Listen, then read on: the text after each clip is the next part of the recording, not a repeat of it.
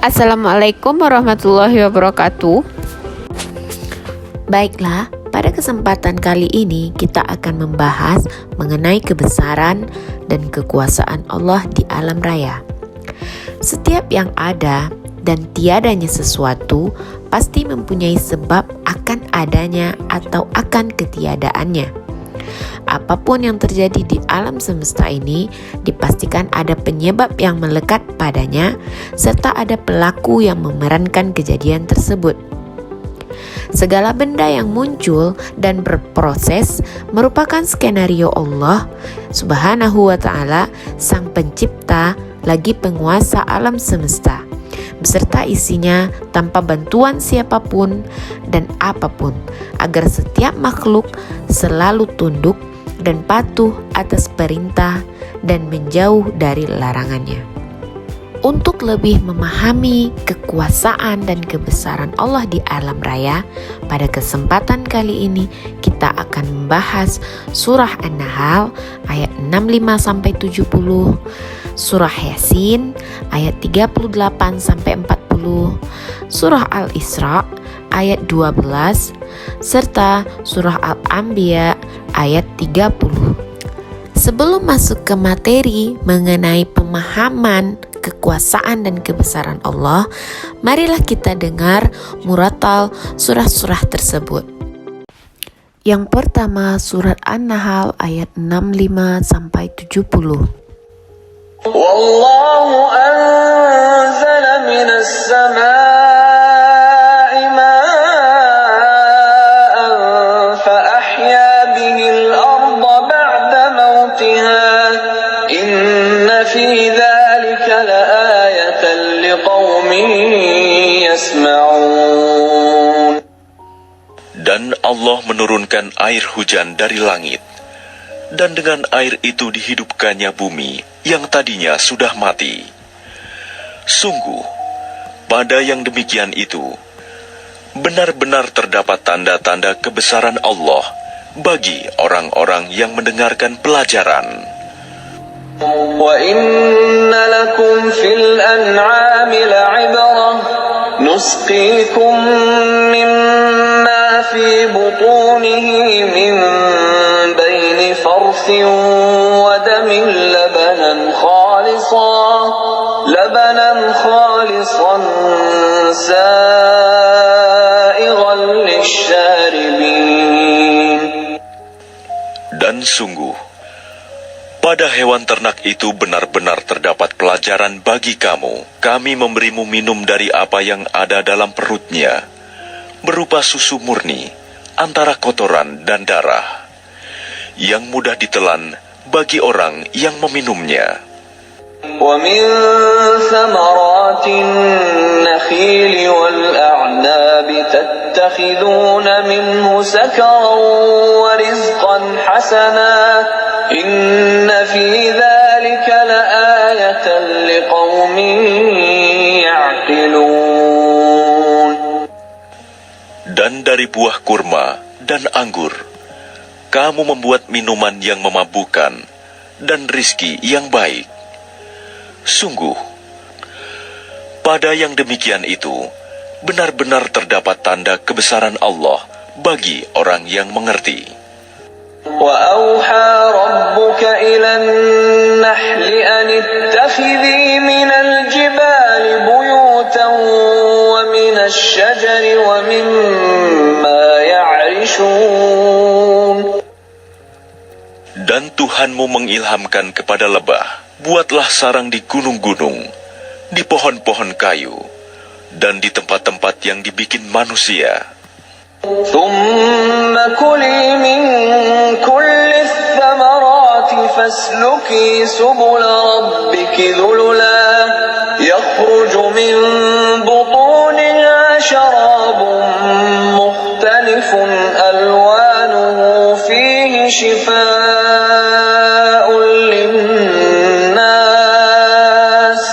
إِنَّ فِي ذَلِكَ لَآيَةً لِقَوْمٍ يَتَفَكَّرُونَ.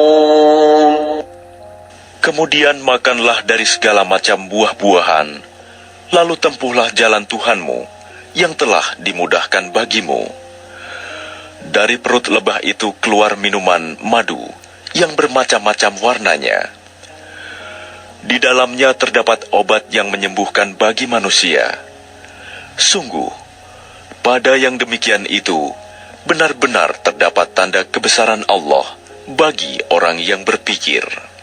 Wallahu khalaqakum thumma yatawaffakum wa minkum man yuraddu ila ardhanil umri likay la ya'lama ba'da ilmin shay'a inna Allaha alimun qadir.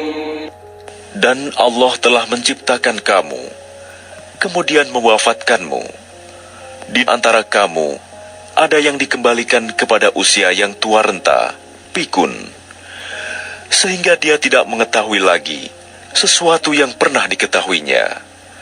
Sungguh, Allah Maha Mengetahui, Maha Kuasa. Yang kedua, surah Yasin ayat 38-40. والشمس تجري لمستقر لها ذلك تقدير العزيز العليم. Dan matahari berjalan di tempat peredarannya. Demikianlah ketetapan Allah yang Maha Perkasa, Maha Mengetahui. والقمر قدرناه منازل حتى عاد كالعرجون القديم.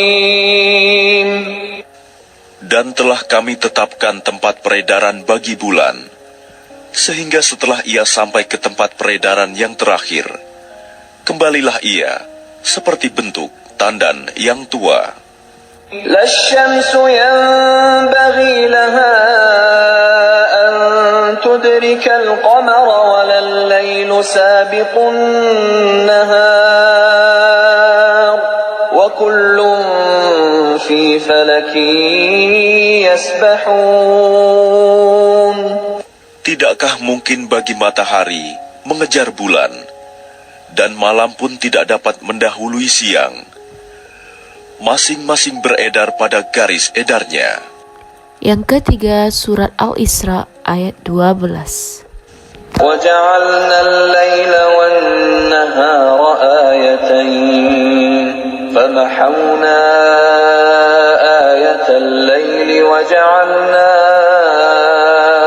آية النهار مبصرة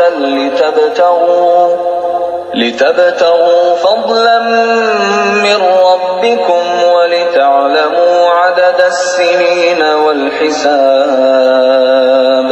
وكل شيء فصلناه تفصيلا. Dan kami jadikan malam dan siang sebagai dua tanda kebesaran kami. Kemudian kami hapuskan tanda malam, dan kami jadikan tanda siang itu terang benderang, agar kamu dapat mencari karunia dari Tuhanmu, dan agar kamu mengetahui bilangan tahun dan perhitungan waktu. Dan segala sesuatu telah kami terangkan dengan jelas. Dan yang keempat adalah surah Al-Anbiya ayat 30. أولم ير الذين كفروا أن السماوات والأرض كانتا رتقا ففتقناهما وجعلنا من الماء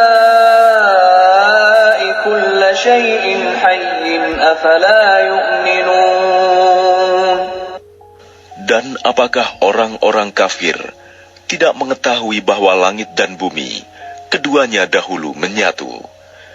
Kemudian kami pisahkan antara keduanya, dan kami jadikan segala sesuatu yang hidup berasal dari air.